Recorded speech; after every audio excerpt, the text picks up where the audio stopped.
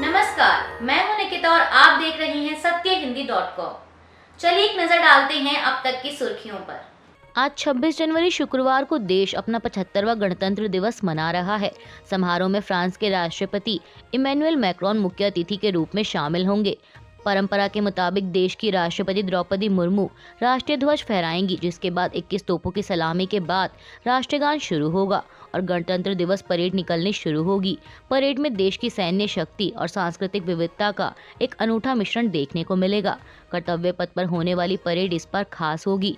दरअसल अभी तक हमेशा परेड की शुरुआत सैन्य बैंड के साथ होती आई है, लेकिन इस बार देश भर की 100 महिला सांस्कृतिक कलाकार पारंपरिक वाद्यों के साथ परेड का आगाज करेंगी। बता दें कि इस बार 26 जनवरी की परेड में नारी शक्ति की झलक देखने को मिलेगी।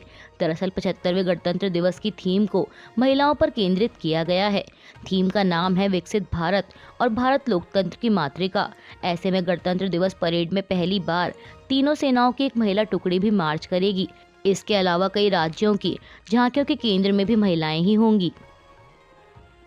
गणतंत्र दिवस की पूर्व संध्या पर यानी कल गुरुवार को पद्म पुरस्कारों का ऐलान किया गया। इसके तहत राष्ट्रपति ने 2 युगल समेत 132 पद्म पुरस्कारों को मंजूरी दी है, जिसमें 5 पद्म विभूषण, 17 पद्म भूषण और 110 पद्मश्री पुरस्कार शामिल हैं। बता दें कि यह पुरस्कार पाने वालों में 30 महिलाएं हैं। वहीं पद्म पुरस्कार के ऐलान के बाद प्रधानमंत्री मोदी ने ट्वीट कर सम्मानित लोगों को बधाई दी। उन्होंने एक्स पर लिखा कि उन सभी लोगों को बधाई जिन्हें पद्म पुरस्कार से सम्मानित किया गया है। भारत विभिन्न क्षेत्रों में उनके योगदान को महत्व देता है। वे अपने असाधारण कार्यों से लोगों को मोटिवेट करते रहें। महाराष्ट्र में मराठा आरक्षण का मुद्दा एक बार फिर जोर पकड़ता दिख रहा है। दरअसल कार्यकर्ता मनोज जारंगे ने राज्य सरकार द्वारा सरकारी नौकरियों और शिक्षा में मराठों को आरक्षण देने में विफल रहने पर 26 जनवरी से मुंबई में अनिश्चितकालीन भूख हड़ताल शुरू करने की घोषणा की थी और अब ऐसे में मनोज जारंगे हजारों समर्थकों के साथ मुंबई की ओर बढ़ रहे हैं। इस बीच उन्होंने कहा कि हम यहाँ मनोरंजन के लिए नहीं आए हैं। मराठा समुदाय की ओर से मैं मुख्यमंत्री एकनाथ शिंदे, उप मुख्यमंत्री देवेंद्र फडणवीस और अजीत पवार से अपील करता हूँ कि वे चर्चा के लिए आएं और मुद्दे का सौहार्दपूर्ण समाधान खोजें। साथ ही जारंगे ने अपने समर्थकों को संबोधित करते हुए उनसे शांत रहने और उत्तेजित न होने के लिए कहा। उन्होंने जोर देकर कहा कि उनका विरोध शांतिपूर्ण है।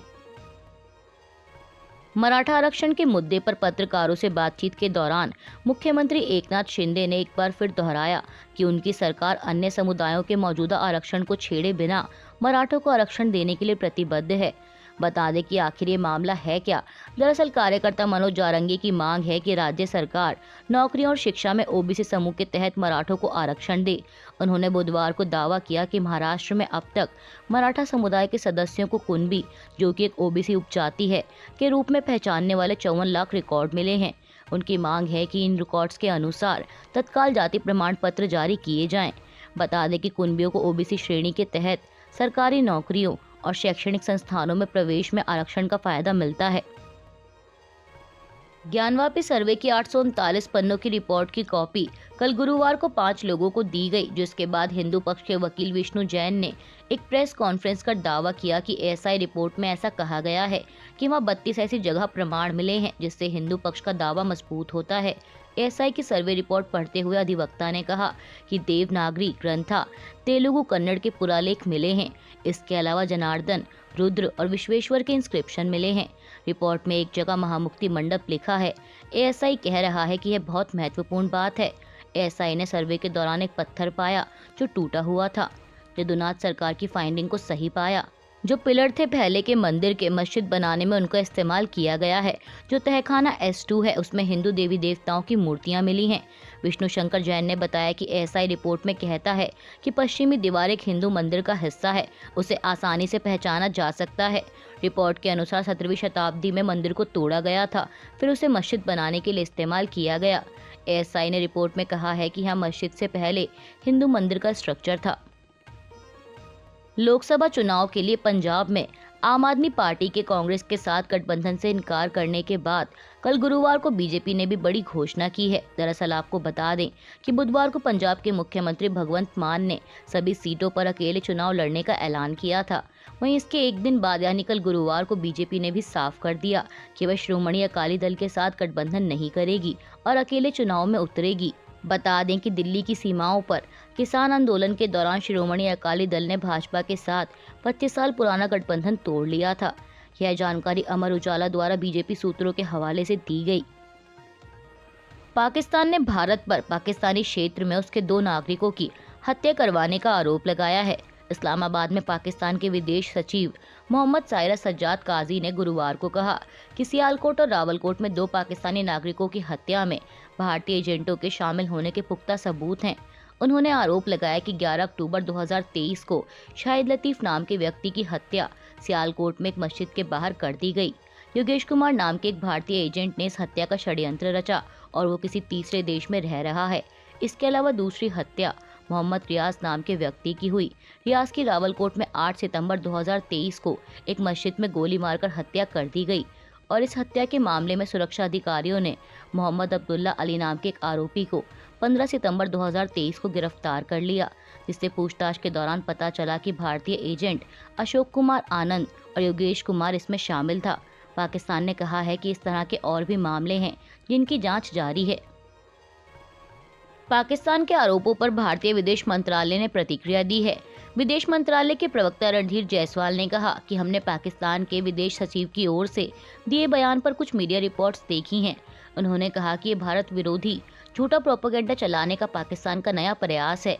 दुनिया जैसा कि जानती है कि पाकिस्तान लंबे समय से आतंकवाद, संगठित अपराध और अवैध गतिविधियों का गढ़ रहा है।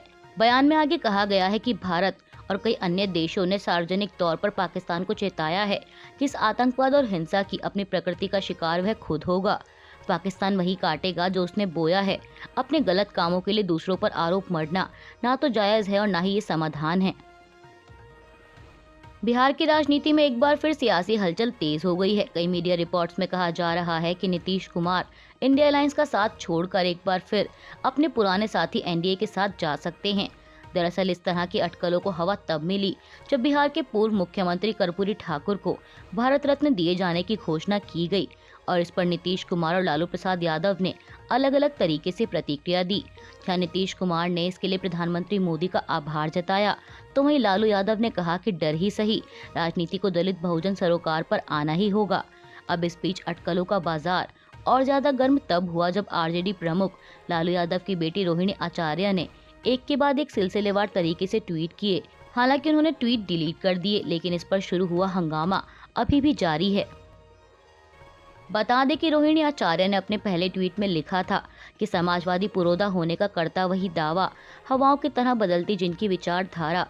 दूसरे पोस्ट में उन्होंने कहा कि खींच जताए क्या होगा जब हुआ ना कोई अपना योग्य, विधि का विधान कौन टाले जब खुद की नियत में ही खोट हो। तीसरे पोस्ट में रोहिणी ने लिखा कि अक्सर कुछ लोग अपनी कमियां नहीं देख पाते, लेकिन किसी दूसरे पर कीचड़ उछालने को करते रहते हैं बदतमीजियां। बता दें कि रोहिणी आचार्य ने सभी पोस्ट बाद में डिलीट कर दिए। जेडीयू के प्रवक्ता केसी त्यागी से जब लालू प्रसाद की बेटी रोहिणी आचार्य द्वारा किए गए ट्वीट पर सवाल पूछा गया, तो इस पर उन्होंने कहा कि वो बच्चों की बातों पर टिप्पणी नहीं करते। उन्होंने कहा कि ऐसा है कि हम बच्चों के कमेंट्स पर कमेंट नहीं करते। बच्चों को बड़ों के मामलों में नहीं बोलना चाहिए, ये हमारे रीति रिवाज हैं। इंडिया गठबंधन में कोई आंच नहीं है, आज पश्चिम बंगाल और पंजाब में है। जेडीयू प्रवक्ता ने आगे कहा कि नीतीश जी की टिप्पणी ना तो लालू यादव और ना ही सोनिया गांधी के बारे में थी। वो कर्पूरी ठाकुर की प्रशंसा कर रहे थे कि उन्होंने अपने बेटे को राजनीति में नहीं आने दिया। दरअसल आपको बता दें कि कर्पूरी ठाकुर को भारत रत्न दिए जाने के ऐलान के बाद नीतीश कुमार ने कहा था कि कर्पूरी ठाकुर ने कभी अपने परिवार को आगे नहीं बढ़ाया। आजकल लोग अपने परिवार को बढ़ाते हैं। वहीं नीतीश के परिवारवाद पर दिए गए इस बयान को आरजेडी प्रमुख लालू यादव और कांग्रेस पर तंज के रूप में देखा जा रहा है। बिहार के ताज़ा सियासी घटनाक्रम को लेकर केंद्रीय मंत्री गिरिराज सिंह ने कहा कि नीतीश कुमार बार बार अपने सहयोगी को डराते रहते हैं। उन्होंने कहा कि मैं कार्यकर्ता के नाते आपको कह सकता हूं कि नीतीश जी के लिए दरवाजे बंद हैं, वह एक अविश्वसनीय राजनेता हैं। केंद्रीय मंत्री ने कहा कि मैं तो यही कहूंगा कि उनके लिए एकदम दरवाजा बंद है। देश में चुनावी माहौल है, ऐसे में राजनीतिक दलों के बीच आपसी बयानबाजी भी तेज हो गई है। इसी कड़ी में कांग्रेस अध्यक्ष मल्लिकार्जुन खड़गे ने तेलंगाना में कार्यक्रम के दौरान प्रधानमंत्री मोदी पर निशाना साधा है। खड़गे ने कहा कि कल के दिन अगर लोग भूखे मर गए, किसान मर गया, तो वो इसे भी भगवान की इच्छा ही बोलेंगे। उनको आदत है, कुछ संकट आता है तो कुछ बहाना करते हैं।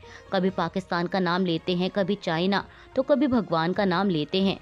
कांग्रेस अध्यक्ष ने कहा कि मेरी आपसे विनती है कि उनके जाल में ना फंसिए, अगर फंसेंगे तो लोकतंत्र नहीं बचेगा। मल्लिकार्जुन खड़गे ने आगे बीजेपी के विज्ञापन मोदी की गारंटी पर तंज कसते हुए कहा कि आप रोज पेपर में देखते होंगे, लिखकर आता होगा मोदी की गारंटी। उन्होंने कहा कि अरे भाई, तुम पहले की गारंटी नहीं दिए लोगों को, अब कौन सी गारंटी देने वाले हो। खड़गे ने कहा कि मैं परसों एक कार्यक्रम के दौरान उनसे मिला था, लेकिन मैं उस दिन कुछ नहीं बोला क्योंकि सुभाष चंद्र बोस जी की जयंती थी। पर मैं उनसे पूछना चाहता था कि आपने पहले जितनी गारंटी दी थी उसमें कितनी निभाई हैं। कांग्रेस अध्यक्ष ने कहा कि आने वाले संसद के सत्र में सारी चीजें जरूर पूछूंगा कि जो वादे किए थे वो पूरे क्यों नहीं किए।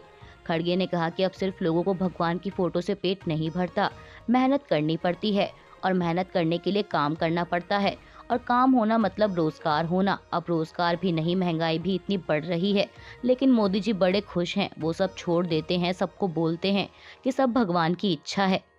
अभी के लिए बस इतना ही। बाकी की खबरों के लिए जुड़े रहिए सत्यहिंदी.com के साथ।